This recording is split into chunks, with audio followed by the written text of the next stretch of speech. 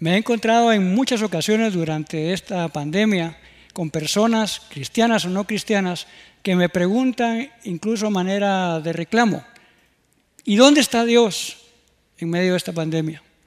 ¿Por qué Dios no baja y sana a los enfermos? ¿Por qué no provee a los necesitados? ¿Por qué no baja y consuela a los enlutados? Algunos otros incluso añaden, ¿y dónde está la iglesia en medio de la pandemia?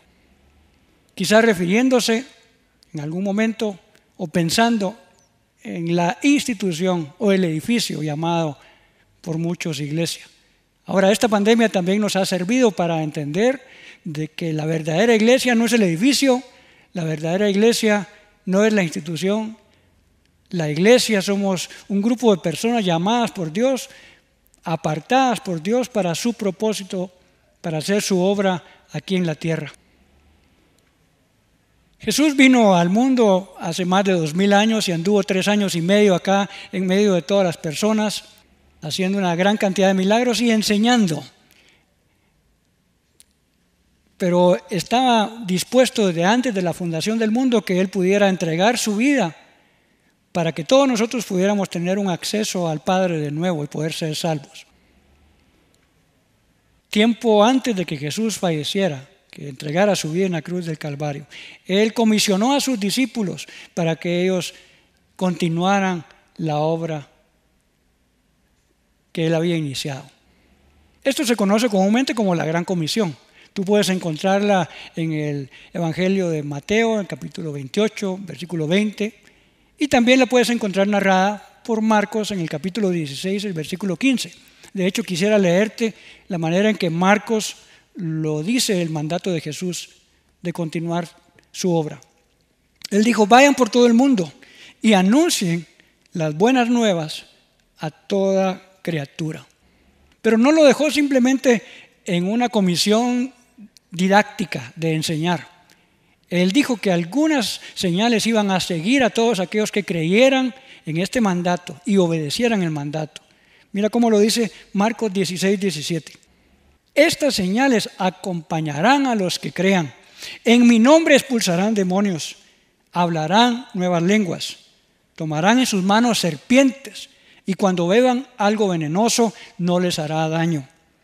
Pondrán sus manos sobre los enfermos y estos recobrarán la salud.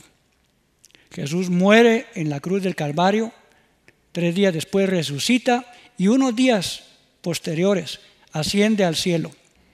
La Biblia nos dice en el libro de Hebreos, en el capítulo 10, versículos 12 y 13, que luego que Jesús hubo ascendido al cielo, después de su resurrección, se sentó a la diestra del Padre y está esperando hasta que todos sus enemigos sean puestos por estrado de sus pies. Pensemos un poco en este pasaje. Si Él está sentado a la diestra del Padre y está esperando que algo suceda, nos debe llamar la atención a que muy probablemente no lo va a hacer él directamente. ¿Quién va a hacer esto de poner a todos sus enemigos por estrado de sus pies? Él ya comisionó a su iglesia. Si Él está en el trono, seremos nosotros los discípulos de este tiempo los encargados de llevar a cabo la comisión que Él nos dio. Jesús comisionó a su iglesia para continuar su ministerio. Los primeros discípulos creyeron en este mandato y salieron por todo lugar del mundo conocido para poder ser las manos, la boca, los pies, los ojos del Señor. A donde iban, manifestaban el poder de Dios, llevando el evangelio del reino. Un evangelio no solo de palabras, sino un evangelio de poder. El libro de Hechos está lleno de una serie de testimonios e historias de los discípulos creyéndole al Señor y yendo por todo lugar para hacer la obra de Dios. Hombres y mujeres como tú y como yo, que decidieron creer la promesa dada en la Gran Comisión. Ellos entendieron muy firmemente lo que significa ser un discípulo. Hombres y mujeres llamados a manifestar el reino de Dios a través de formar el carácter de Cristo en cada uno de nosotros y a través de manifestar el poder de lo sobrenatural del reino de Dios a través de hacer la obra que Dios nos encomendó. Pero esto no fue solo para ellos, no es una cuestión histórica y qué bueno que le sucedió a ellos. Dios nos ha comisionado a cada uno de nosotros, los que nos han alcanzado estos tiempos, para seguir haciendo su obra aquí en la tierra. Esa es parte de la respuesta a la pregunta que muchos tienen y se hace. ¿Y dónde está Dios? Mira lo que dice Romanos 8:19 en la Nueva Versión Internacional. La creación aguarda con ansiedad, espera con ansiedad la revelación o la manifestación de los hijos maduros de Dios. La creación está esperando y se pregunta, ¿dónde está Dios? Una parte de la respuesta es, Dios está a través de gente como tú y como yo que se disponen a manifestar su reino en este tiempo. Dios ya te comisionó a ti como su discípulo para que tú continúes su obra. Dios te diseñó maravillosamente para poder cumplir ese mandato. Dios te dio dones, te dio talentos, te dio habilidades, te dio un temperamento muy particular, te dio una personalidad, te dio un aspecto físico individual, único. Tú estás maravillosamente diseñado para que puedas cumplir todos los propósitos que Dios tiene para ti desde antes de formarte. ¿Sabes qué? Cuando alguien va a hacer alguna tarea, pensemos en las tareas que a veces hacemos en nuestra casa, particularmente ahora en tiempos de pandemia, que tenemos un poco más de tiempo. Se me viene a la mente, por ejemplo, que voy a limpiar el jardín de mi casa, pues tengo que escoger las herramientas específicas y necesarias para esa tarea. Entonces probablemente pensaría en una tijera de podar, en un rastrillo, en un machete y alguna otra cosa que me sirva. Tú escoges las herramientas de acuerdo a la tarea. Hace poco me tocó armar un mueble que estaba desarmado, pero tiene unos tornillos muy particulares, por lo cual no cualquier desatornillador me hubiera servido. Tenía que buscar uno muy específico que sirviera para esos tornillos. Cuando alguien va a hacer una tarea, tiene que buscar las herramientas específicas necesarias para eso. Cuando Dios pensó en que tú pudieras hacer su tarea, te diseñó maravillosamente con todo lo que tú necesitas para poder llevarla a cabo. Mira lo que dice Efesios 2:10 respecto de esto. Dice, somos hechura suya, creados para buenas obras. Esa palabra hechura, en otra traducción dice, somos poema suyo. O sea que Dios pensó específicamente en ti, te diseñó de tal manera que tú pudieras cumplir con aquello para lo cual Él te puso en este mundo. Si todo esto fuera poco, de que estás maravillosamente diseñado por Dios para la tarea que Él te encomendó, la Biblia dice que Él nos ha dado de su Espíritu Santo, que nos va a dar poder para poder hacer la obra que Él nos encomendó. Hay un pasaje en el Antiguo Testamento que Jesús leyó en alguna ocasión en una sinagoga. Yo quiero leértelo de nuevo para que tú entiendas cuál es parte del propósito por el cual Dios nos creó y nos puso en este mundo en este tiempo en particular. Dice Isaías 61, versículo 1 y 2. Yo te lo voy a leer acá en la versión Palabra de Dios para Todos. El Señor ha puesto su Espíritu en mí porque me ungió para anunciar las buenas noticias a los pobres, sanar a los afligidos, anunciar liberación a los prisioneros y libertad a los presos. Me eligió para anunciar el año que el Señor se mostrará favorable. Me eligió también para consolar a todos los que están tristes. ¡Wow! ¡Qué tremenda profecía de Isaías! ¿Cuán necesario es en este tiempo el cumplimiento de esta escritura? Pero no sé si notaste cómo lo va a hacer Dios todas estas obras. Lo va a hacer a través de personas como tú y como yo. El Señor ya puso su Espíritu Santo sobre cada uno de los que hemos venido a conformar la iglesia del Señor para poder llevar a cabo su obra. Cuando Jesús estaba presto a ascender a los cielos, les dijo a los discípulos, Yo les voy a enviar mi Espíritu Santo que les va a dar poder para poder serme testigos en todo lugar hasta lo último de la tierra. En esta oportunidad solo quiero remarcar dos cosas de toda esa lista de obras que Dios desea que nosotros hagamos en nombre de Él. Ya nos ha dado su Espíritu para ello. La primera es que Dios nos ha dado su Espíritu para que podamos orar por los enfermos y que estos sean sanados. ¿Recuerdas? Ahí en Marcos 16:15 estaba prometido también: y pondrán sus manos sobre los enfermos y estos sanarán. En Santiago 5, 14 y 15 es un pasaje que dice: ¿alguno está enfermo entre ustedes? Llamen a los pastores de la iglesia y oren por él, y la oración de fe sanará al enfermo. Pero ¿será que esta tarea de ir por los enfermos, ahora que hay tantas personas que están padeciendo quebrantos de salud, es solo para los pastores?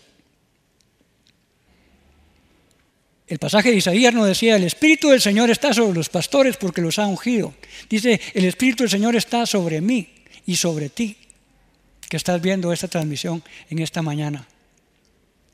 Es nuestra tarea y nuestra responsabilidad, nuestra comisión, aparte de enseñar las buenas nuevas del reino, llevar el poder de Dios hacia aquellas personas que están sufriendo de quebrantos de salud.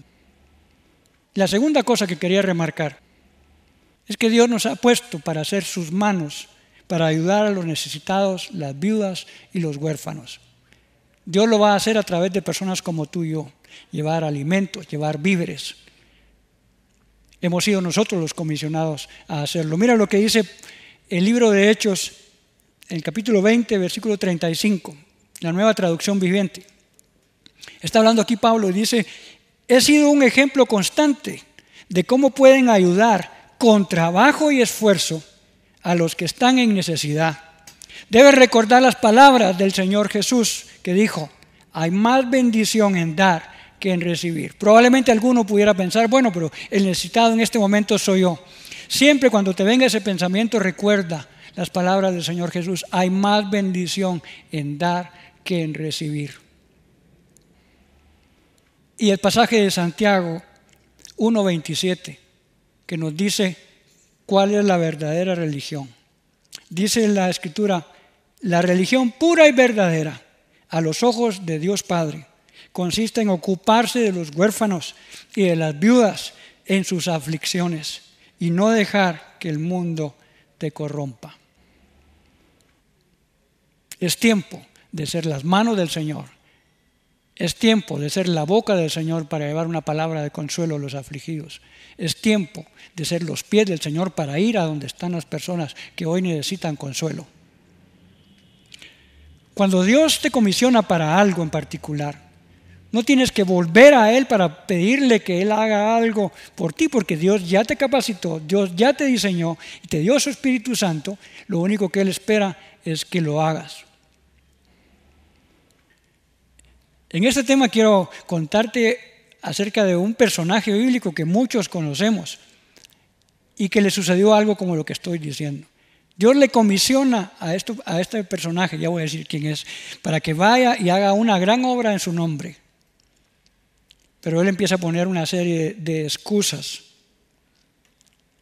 Estoy hablando de Moisés, el gran libertador del pueblo de Israel. Tú puedes leer la historia de Moisés en el libro de Éxodo, desde los primeros capítulos del libro de Éxodo, pero voy a mencionarte algunas cosas importantes para que veas que cuando Dios te comisiona y te diseña y te da poder para hacerlo, lo único que tienes que hacer es hacer lo que Dios te dijo que hicieras.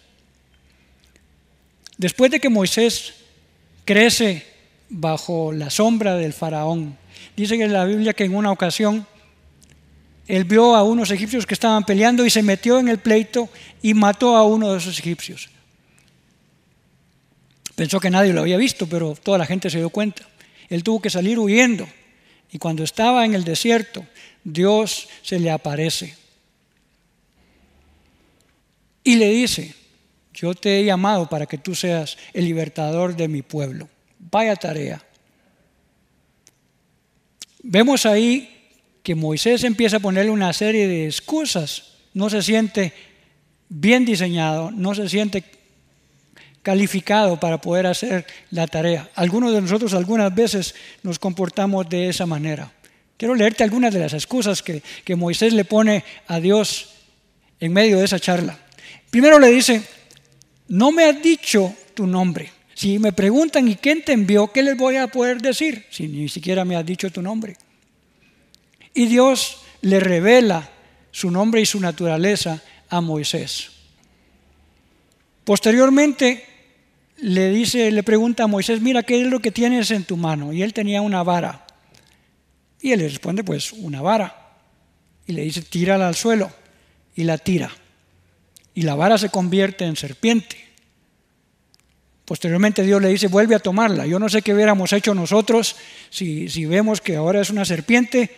La agarramos, no la agarramos. Moisés decidió obedecer y se convierte otra vez en vara. ¿Qué estaba queriendo hacer Dios con estas cosas? Decirle, mira, yo sé quién eres tú. Yo te diseñé. Yo te he empoderado para que tú vayas y cumplas aquello que yo te estoy mandando. Pero Moisés continúa con sus excusas. Y entonces Dios le dice, ¿sabes qué? Mete tu mano entre tu ropa. Y cuando la saca de nuevo, dice que estaba totalmente leprosa. La vuelve a meter de nuevo en su seno y cuando la saca está completamente limpia. Aún con eso, Moisés sigue poniendo una serie de excusas. Y le dice, mira, yo soy torpe para hablar y me expreso con dificultad. Al punto que llega y le dice, envía mejor a alguien más. Me imagino por un momento a Dios. Qué bueno que Dios es suficientemente paciente y no como nosotros. Y Dios dice, ok, ¿sabes qué? Yo sé que tienes probablemente algún problema para hablar. Yo puedo obrar en eso y corregirlo. ¿Sabes qué? Te voy a dar a tu hermano.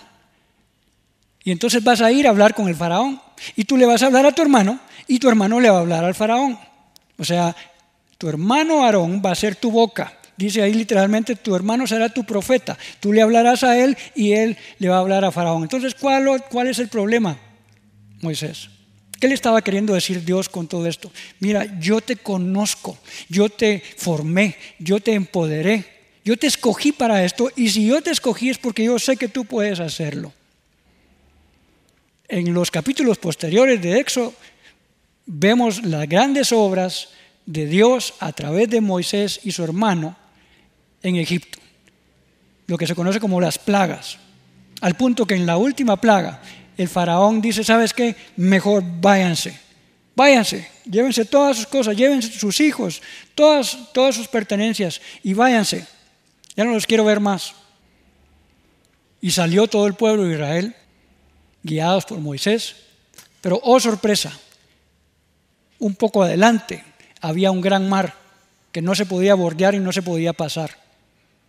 Y allá atrás venían los egipcios, al punto que las personas empezaron a quejarse y a murmurar, mejor nos hubiéramos muerto allá en Egipto, nos trajiste a morir aquí en el desierto. Ellos pensaron que ese era el fin. Moisés interviene y habla con ellos y les dice, ¿saben qué? No teman, estén firmes, van a ver la salvación del Señor. El Señor peleará por nosotros.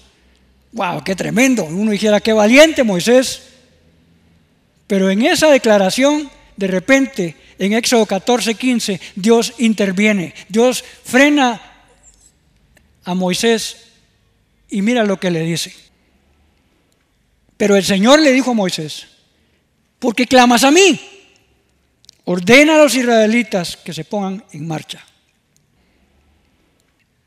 Y en el 16, estoy leyendo la Nueva Versión Internacional, Dios le dice, y tú, levanta tu vara, extiende tu brazo sobre el mar y divide tú las aguas para que los israelitas lo crucen sobre terreno seco.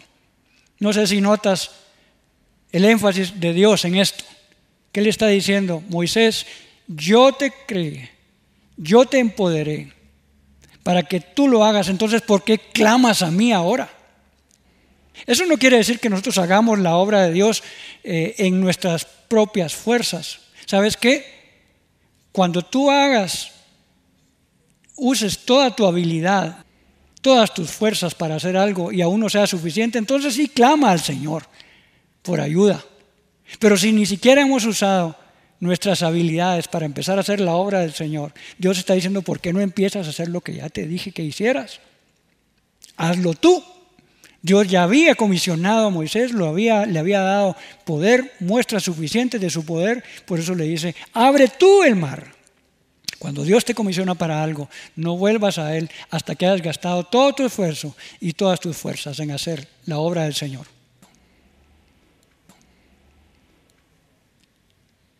Me encontré una historia en el Salmo 42 que David escribe. Estaban en una situación en la cual no podían ir a adorar al templo. Y David expresa en todo el Salmo un clamor por la presencia de Dios. Él lo compara incluso que su alma gime, brama en lo interno, así como un cordero brama por las aguas. Un ciervo brama por las aguas, las corrientes de las aguas. Y él expresa su necesidad al Señor. Quizá algo como lo que nos podría estar pasando a algunos ahora, que no nos podemos reunir en algunos de los edificios que teníamos comúnmente para hacerlo. David expresa su sentimiento al Señor y quiero leerte algo de lo que él dice en el Salmo 42 y 43, porque empecé diciéndote en esta charla de hoy, muchas personas se preguntan hoy en día, ¿y dónde está Dios? Mira lo que dice el salmista, tengo sed de Dios, del Dios de la vida. ¿Cuándo podré presentarme ante Dios? Mis lágrimas son mi pan de día y de noche. Ponga atención a esto. Mientras me echan en cara a todas horas, ¿dónde está tu Dios? David estaba pasando por una situación similar a la nuestra. La respuesta a esta pregunta en estos tiempos será, Dios está obrando a través de hombres y mujeres que le creen. Hombres y mujeres que han tomado el camino del discipulado, que han dicho, sí, yo quiero que el carácter de Jesús se forme en mí y yo quiero que Dios me pueda usar como un instrumento con su poder, usando mis manos, mi boca y todo mi ser. Quiero terminar leyéndote un pasaje que Jesús le dice a sus discípulos en Mateo 5. Versículos 13 y 14.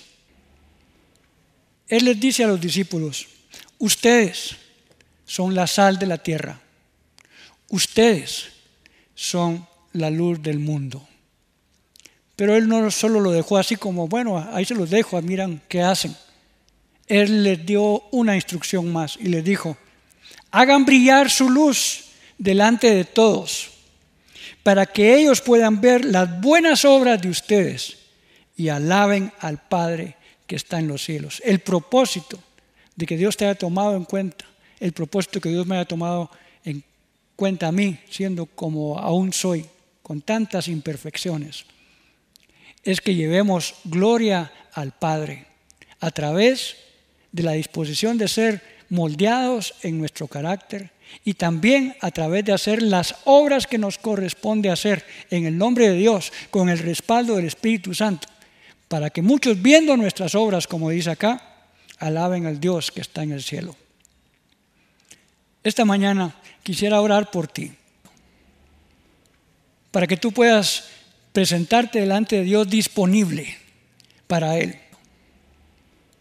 Dios ya te llamó, Dios te comisionó, te formó maravillosamente para que tú puedas cumplir toda la obra que Él quiere que tú hagas y que puedas llevar mucha honra a su nombre a través de hacer buenas obras, cumpliendo el mandato de la gran comisión. Padre, en el nombre de Jesús, oro para que podamos ser tus instrumentos escogidos, Señor. Podamos presentar nuestras manos para ponerlas sobre los enfermos. Podamos presentar, Señor, nuestra boca para abrirla y traer palabras de ánimo y de consuelo a aquellos, Señor, que han perdido amigos o familiares en esta pandemia. Que podamos usar, Señor, nuestros recursos, nuestra billetera para poder llevar alimentos y víveres a aquellos que están afligidos en necesidad, Señor. Que se muestre, Señor, poderosamente para muchos que están esperando la manifestación de tus hijos, que tu Espíritu Santo está en nosotros y a través de nosotros, trayendo el reino de Dios del cielo a la tierra. Que podamos tener una respuesta en nuestra propia vida cuando nos vuelvan a preguntar, ¿y dónde está tu Dios? Dios está obrando a través de personas comunes y corrientes, como tú y como yo. Oramos, Señor, para que tú lo hagas. En el nombre de Jesús. Amén y amén. Antes de despedirme, quisiera invitarte a todas las reuniones que tenemos en medio de la semana por estos medios virtuales. A nuestra reunión de hombres, nuestra reunión de mujeres, a nuestra reunión de jóvenes, nuestra reunión de oración de los días sábados. Y esperamos poder verte el próximo domingo. Que Dios te bendiga.